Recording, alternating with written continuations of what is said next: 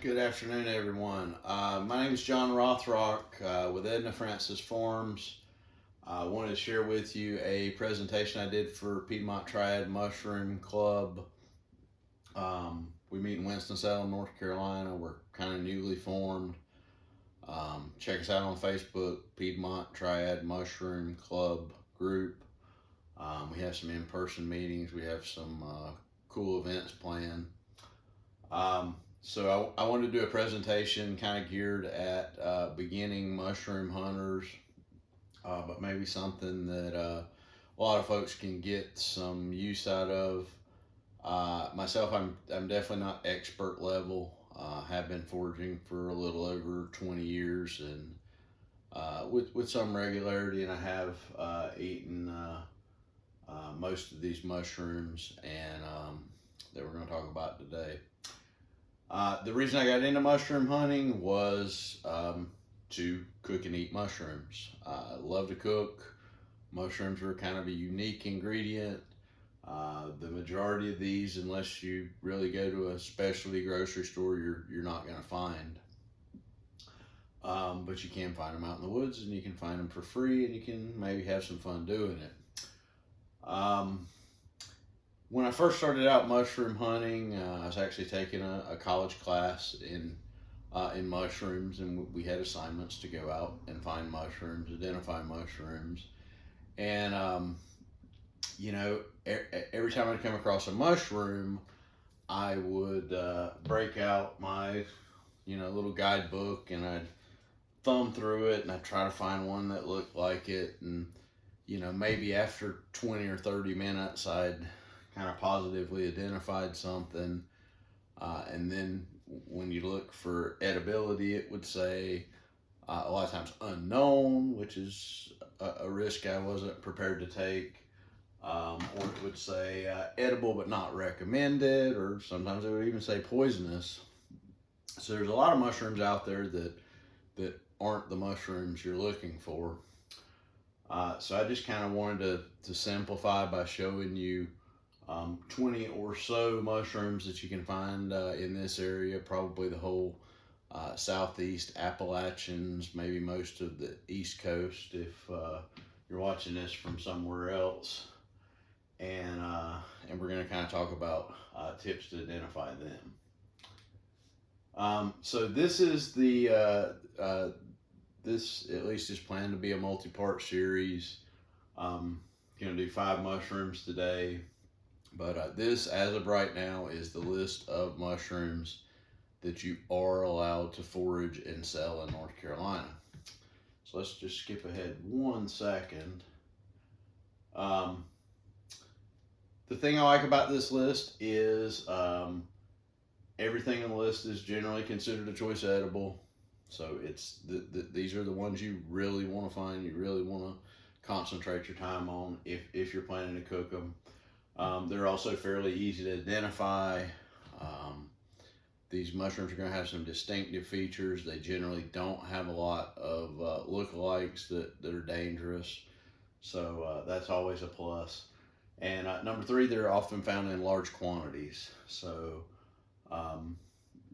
sometimes not, but if you hit the right spot for morels, or you find a cluster of chicken out of the woods, it's definitely something that you're going to have enough to eat and possibly share. So I'm just going to run through the actual list real quick. Chanterelles, which we will talk about. Morels, which are a spring mushroom, and that might be a whole presentation on its own. Black trumpets, which are included in that chanterelle category. Lobster mushroom, chicken of the woods, which we'll talk about, beefsteak, hedgehog mushroom, which we'll talk about, the Hericium group, lion's mane, pom-poms, bear's head, bearded tooth, which will be in the fall group.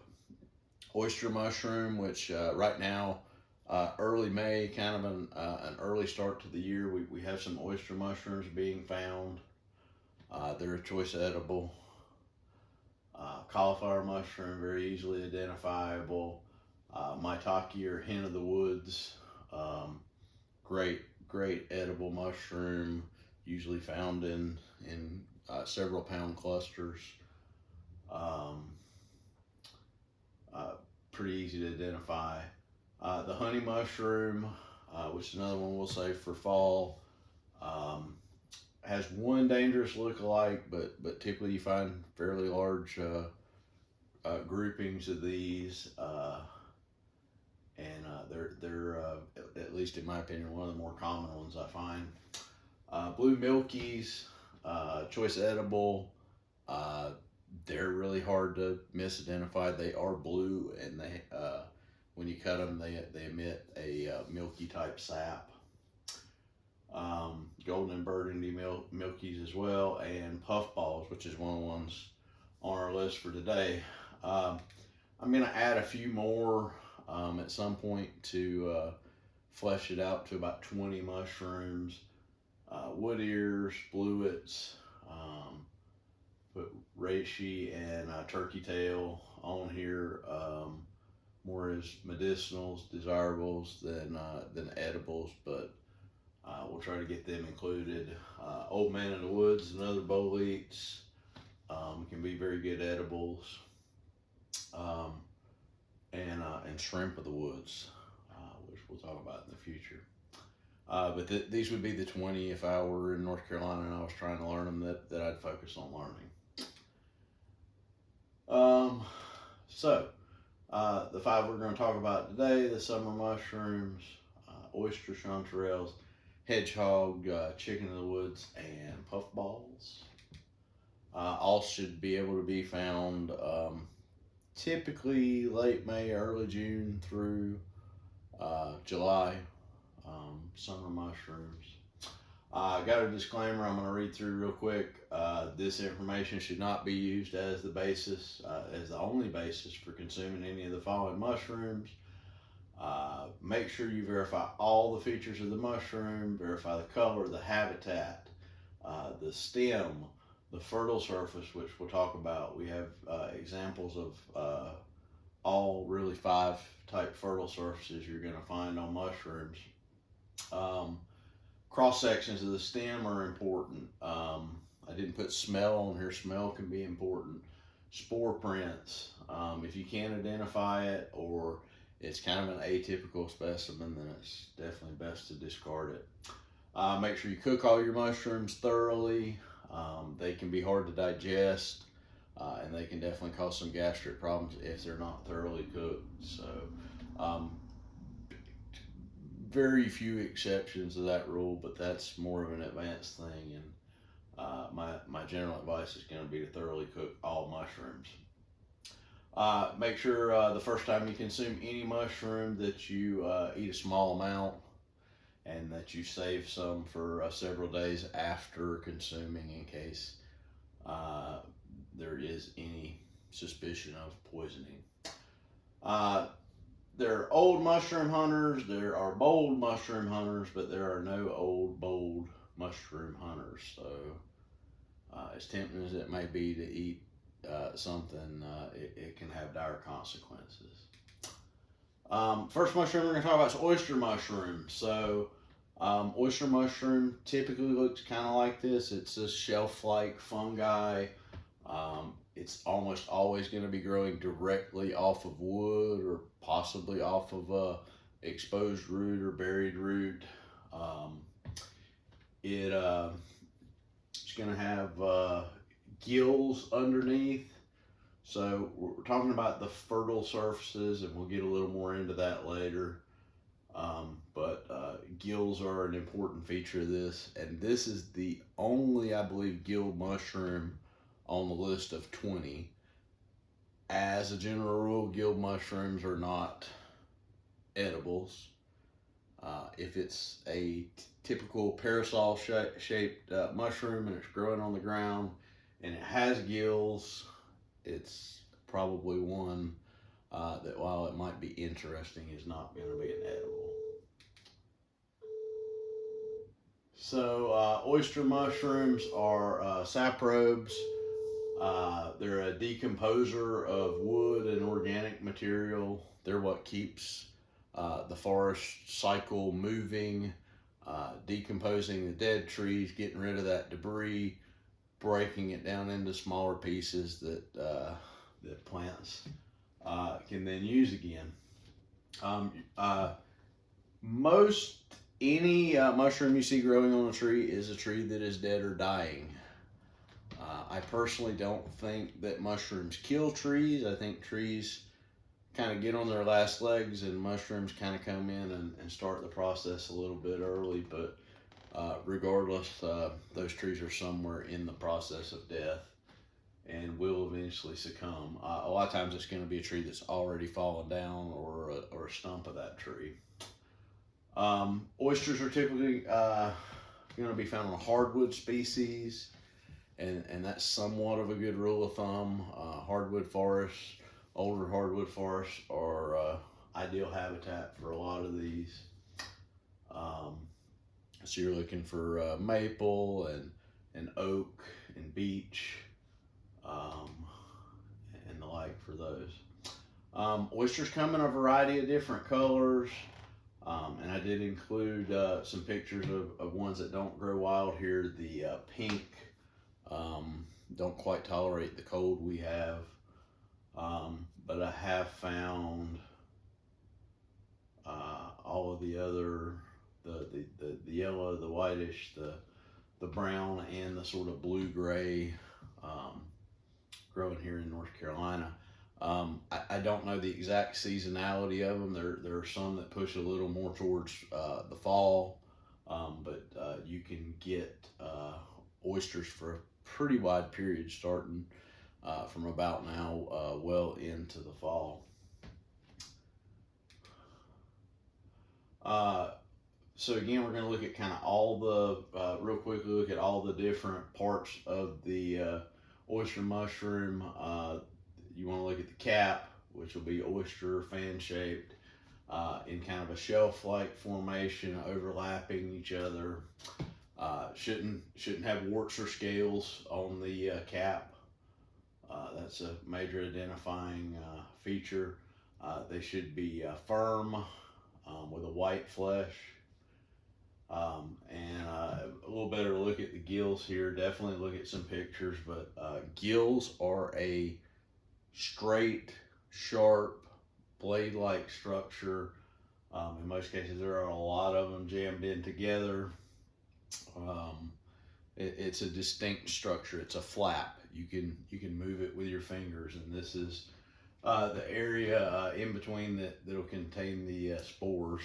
In this case, the gills are decurrent, which means they run down the stem versus just being on the cap and there being a sharp delineation between the cap and the stem. Oyster mushrooms may not have a stem.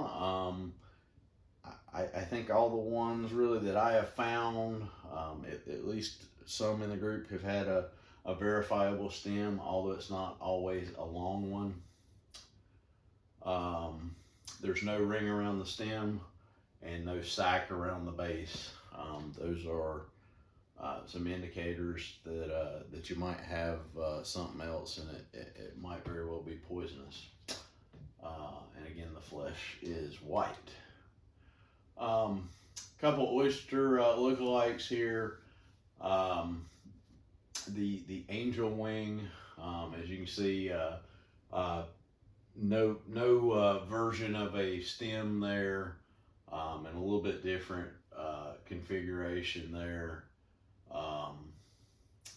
So particularly with white mushrooms, be real aware.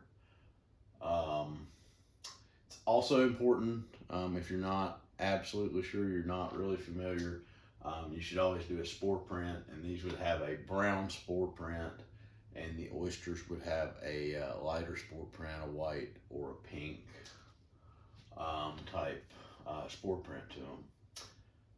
And you can definitely Google that, but basically you get a piece of paper, you get a good fresh specimen of mushroom, you put a couple drops of water on top of the mushroom, like to simulate a rainfall, and you cover up the mushroom with with a glass, or some people will wrap them in aluminum foil to keep that moisture in. And once the spores drop, you can observe the color.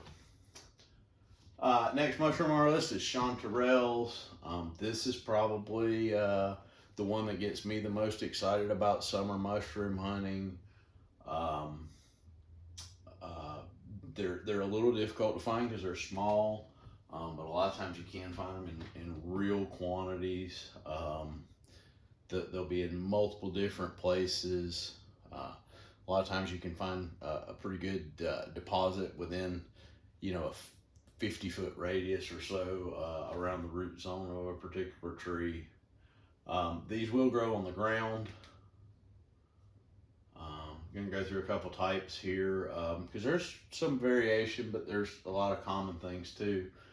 So golden chanterelle, one of the bigger chanterelles. Even in mature specimens, there'll be some variations. Some will be an inch tall, some will be 2.5+ inches tall. Usually a lot more in the immediate area. This one's cinnabar chanterelle, which is oftentimes referred to as red chanterelle. It's a reddish orange, a really super pretty little mushroom. These run generally quite a bit smaller than the goldens, but a fun one to find, and you'll find a lot of times a couple varieties on the same hunt. So I'm going to take the time here to show you on this picture what the fertile surface, reproductive surface on this looks like. These kind of look like gills, but they're what we call false gills. So they're actually really wrinkles in the mushroom. They're not as sharp. They're going to have they're not as straight. They're going to have a lot of little forks in them, and they're just kind of gonna blend right in with the stem. So that's definitely one of the identifying characteristics of a chanterelle.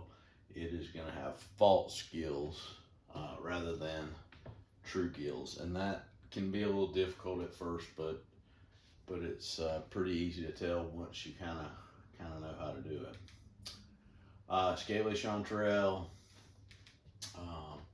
Black trumpet, usually included in that group as well, which is very much a different look to it, but one of the best edibles of the summer and of the chanterelle group. So a little bit on chanterelle ID.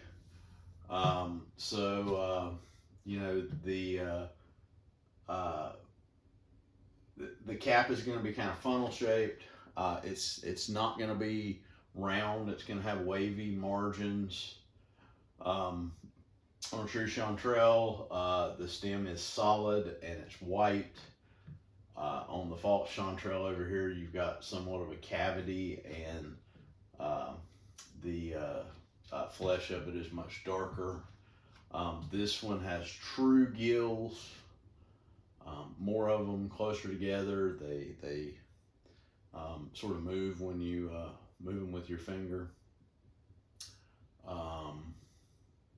So there is a look-alike there. This one is not poisonous, but it's also not chanterelle and not considered edible. I think we've talked about most of this, but you should verify all of these: the appearance of the cap, the size of the cap, the gills, a tapered stem. The smell of chanterelles is a distinguishing feature. You know, if you're kind of pretty sure you got a chanterelle, not necessarily true for all of them, but they smell kind of fruity, kind of like apricots. So that sort of can be a distinguishing factor. it is safe to chew and spit a mushroom, although that's probably not going to be a huge deciding factor in whether to actually harvest them and eat them. Spore print white to light pink. These are going to be on the ground of the forest, around hardwoods, beech, oak, June to August. And you can find them isolated, alone. You can find them kind of scattered a lot in just kind of in the radius around it, or in small groups. Next, mushrooms, hedgehog. So our third different type of fertile surface. Maybe a better picture later, but this one actually, instead of having gills or false gills, has little teeth. Little pointed icicle type teeth as the reproductive surface. The cap is depressed, has a little dent in it. The stipe or the stem is bare, so no rings, no distinguishing factors there. Ecology is mycorrhizal. So this is a fungus that works with the roots of the trees, and actually benefits the trees. It helps them to absorb water. It helps to transfer nutrients. There's a whole other video there that I'm not nearly qualified to present. And edibility is choice. I've heard a lot of people describe this as their favorite.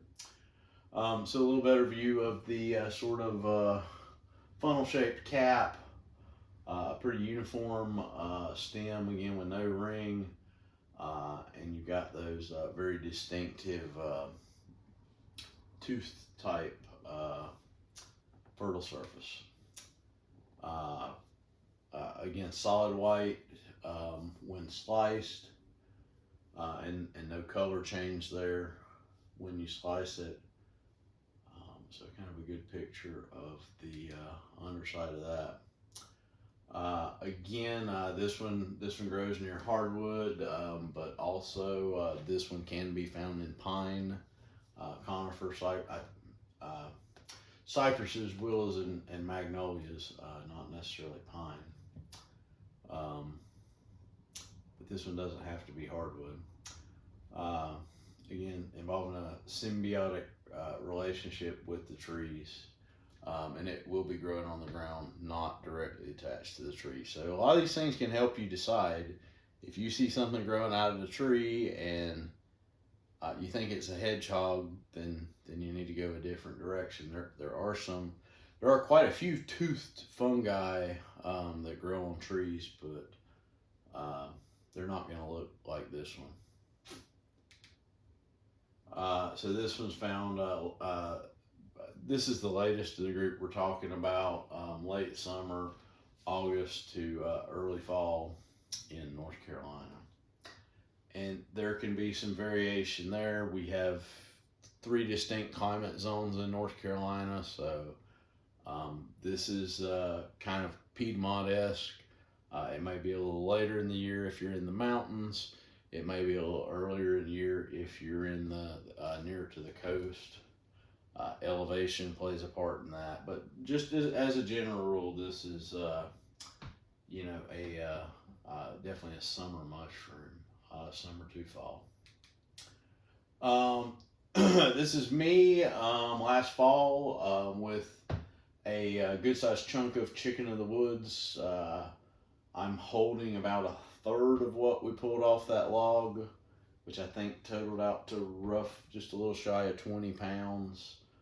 But real nice specimen, the most perfect level of readiness to be picked, so that was nice. You typically do find this mushroom in pretty good quantities. Sometimes if it's still small, if you have the ability to give it a couple of days, it will certainly fill out for you. But chicken of the woods, definitely one of my favorites. There are a couple different varieties. Um, there's sort of what I can consider the traditional with the orange and the buff. You will find them that are almost completely yellow. That's the sulfur shelf. And you'll find some that are more of a brown and yellow. Um, Underneath, these are gonna have pores. Kind of a little bit of a velvet look, and some little tiny holes underneath there that are going to release the spores. And you can see the tree on the right there is very much covered. So, as proud as I am of my 20 pounds of chicken of the woods, I'm sure a lot of people think, no big deal. I found 40 before. I have seen reports of this already being out, even prior to May, maybe even late April. This one's got a long season. The ones I found last year were probably October, early summer through fall. They're going to be growing attached to a hardwood, whether it's a stump or a down tree or a process of dying standing tree. A lot of times you do find this one on stuff that's a little bit further along, but it is one of those decomposers. And a lot of times you can get multiple fruitings out of them. So if you have a spot where you found them before, you're probably always going to check that anyway. But they do a lot of times come back, and they actually preserve for a little while on the tree if you want to take part and try to check back a little bit later. Within a couple of weeks anyway, they may still be edible. Does it taste like chicken? Yep, it does. It's cliche, but it does taste remarkably like chicken, and I wonder if I had not been told that prior to eating it, whether I would still think that, but I think it does. You can do a lot of recipes that you would do with chicken. I've got sort of some buffalo wings, buffalo bites pictured there. You can batter and fry them. You can add them to pastas, top your salads with it. I recently saw chicken and waffles. Sometimes you'll see chicken of the woods as cow chicken of the woods.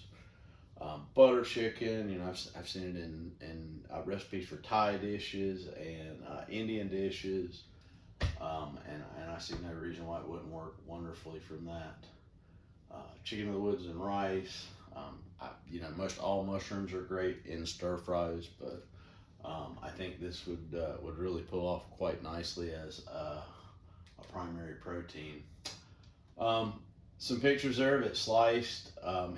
It slices up, breaks apart a lot like white meat chicken. A lot of similarities there, besides the taste. Lastly, we're going to talk about puff balls. I actually found one of these about 3 or 4 days ago. So very, very early May, was just riding a golf cart around the property and saw one and hit the brakes and picked it up.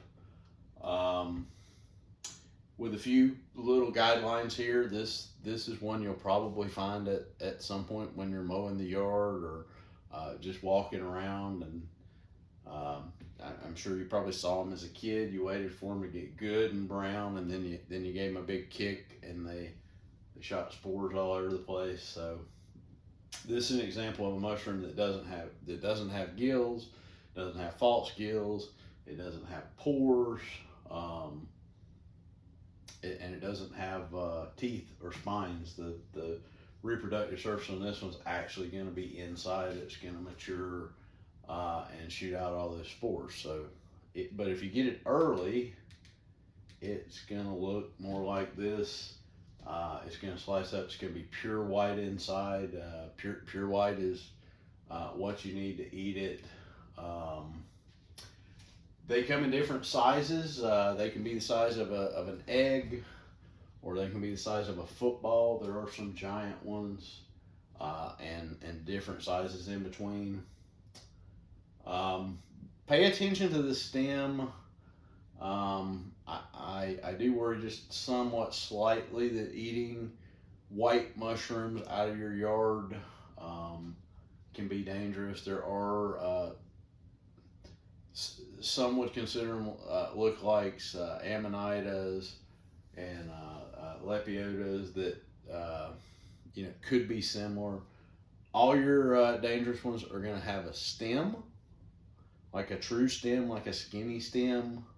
I guess you could say this has a stem, but it's not a parasol type stem where the top's a lot bigger than the bottom. And all the dangerous ones also are going to have gills. So no gills on this one. If you see gills on it, it's not what you think it is. And if it's that big, if it's softball size, it's probably not just a young dangerous mushroom. Couple of examples there. They can be white, they can be brown, they can be kind of patterned or spotted. White inside, no stem, pretty much good to go. And that's the presentation. Like I said, Piedmont Mushroom Club group. We'll put the updates on there on future meetings, and hope to see you out. Hope to see you out for some activities, and hopefully you're excited to learn more about mushrooms.